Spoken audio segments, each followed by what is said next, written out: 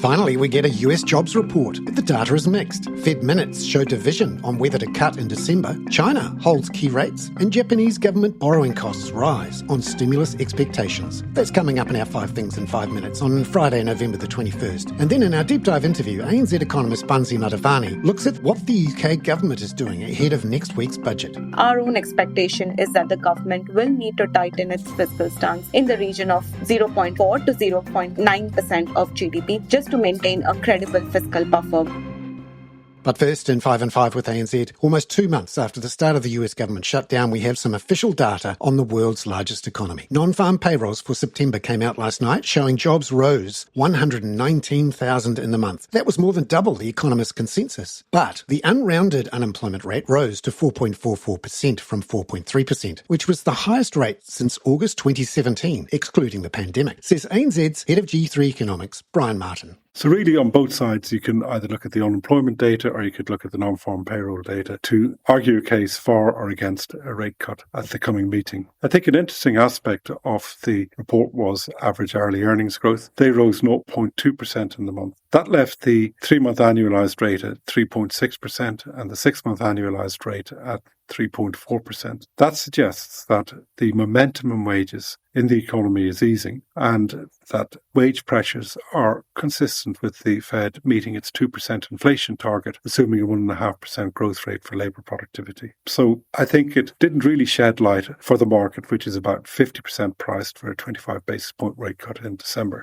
As of 4 a.m. Sydney Melbourne time, the S&P 500 was down 0.8% and the Nasdaq down 1%. The yield on the US 10-year Treasury was down 3.7 basis points at 4.096%. West Texas oil futures down 0.5% at $58.96 US a barrel. Gold fell 2.7% to $4,054 US an ounce. The US dollar index nudged lower 0.1%. The Aussie dollar, though, down 0.6% at 64.41 US cents. And the Kiwi down 0.2% to 55.91 US cents. Number 2. The minutes of the Fed's late October meeting highlighted growing division over whether rates should be cut in December, with a number of policymakers expressing comfort for a hold. The minutes arrived as Donald Trump said again he wanted to fire Chair Jay Powell if he didn't cut rates a lot. Here's ANZ senior economist Tom Kenny. Current market pricing suggests the odds of a 25 basis point cut in December is around 25%. The minutes suggest that it's going to be a close call at the December meeting, and thus the odds seem higher than current market pricing suggests. President Trump has escalated his personal attacks on Chair Powell, saying he wants him gone and the Fed to cut rates further. We've been here before, and our assumption is that this rhetoric will have no influence on Powell's or the Fed's decision in December. Powell would be of the mindset that the Fed will act independently of government and will do its utmost to meet their congressional mandate for full employment and price stability.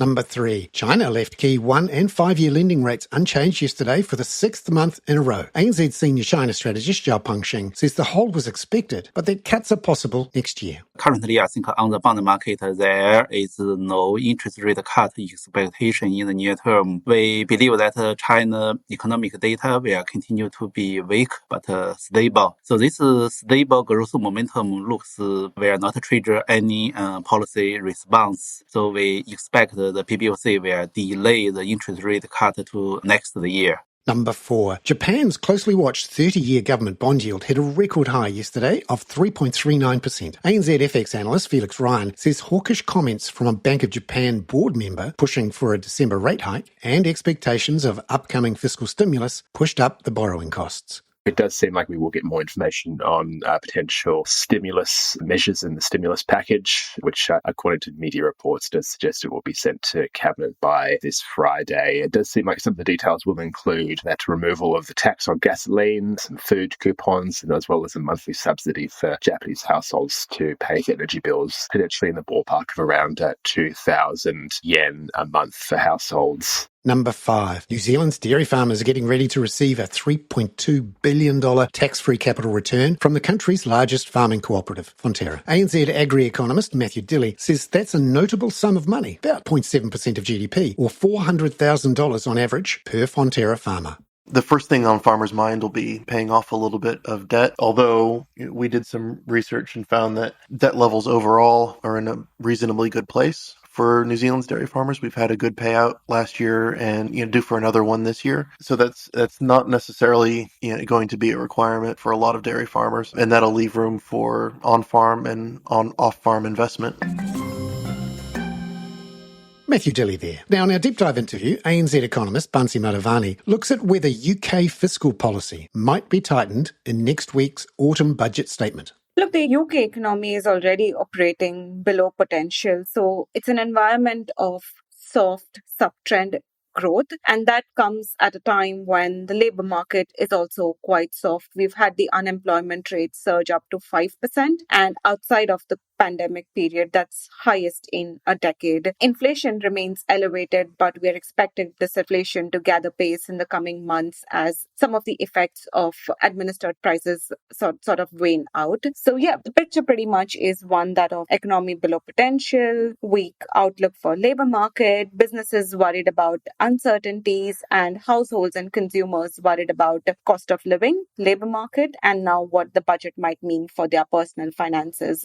And I guess the gilt market's also a bit worried about the budget. What's been happening there just in general terms, in terms of UK government borrowing costs? So we've seen a lot of volatility in the gilts market, especially recently, given that, we've had news flows around budget. Now, the developments have been back and forth, but in general, the gilts market is very concerned about fiscal credibility in the UK. So just for context now, the UK is running a fiscal deficit in the region of 5.3% of GDP, and that compares to its own target of running a budget balance or even a small surplus by FY 2029-30. What that means is in the next few years, the government will have to tighten its fiscal stance to meet its own rules. So this is something that the gilts market are focused on. And we've got the autumn budget on November the 26th. What's ANZ Research looking for in that budget? Obviously, we've had a few announcements and headlines about what the Chancellor may or may not do. What are you looking for? Expectations in media have gone back and forth, but up until last week, it seemed like the government was setting stage for income tax rises. However, latest media reports are suggesting that perhaps the government resorts to multiple but smaller tax-raising avenues rather than increasing any major taxes. Now, this all depends on what macroeconomic projections the Office for Budget Responsibility provides the government. In the lead up to budget, the OBR generally provides the Chancellor with several rounds of forecasts. Now, they are not published, but they do inform policy decisions. And it is now being reported that this latest round of forecasts show a relatively optimistic economic outlook. So what that means is that the fiscal outlook on the back of that could be less worse off, if that makes sense. And what that does is it negates the need for the government to make large-scale tax rises. So it seems that that is the course that the budget is headed on. Our own expectation is that the government will need to tighten its fiscal stance in the region of 0.4 to 0.9% of GDP just to maintain a credible fiscal buffer going into its FY 2029 FY30 projection period.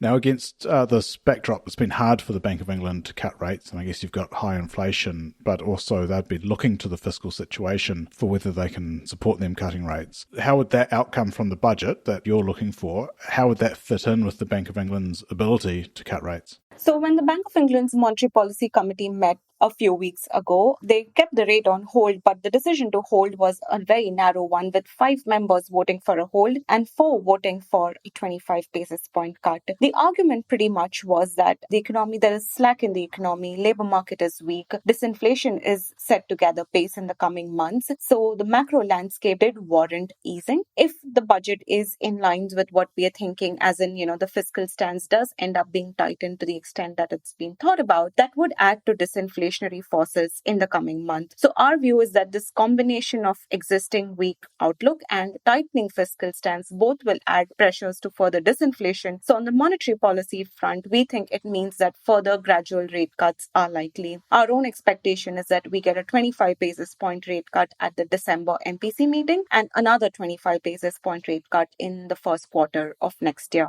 Bansi Madhavani there. I'm Bernard Hickey. That was 5 and 5 with ANZ for Friday, November the 21st. Catch you next week with the last New Zealand rate decision of the year.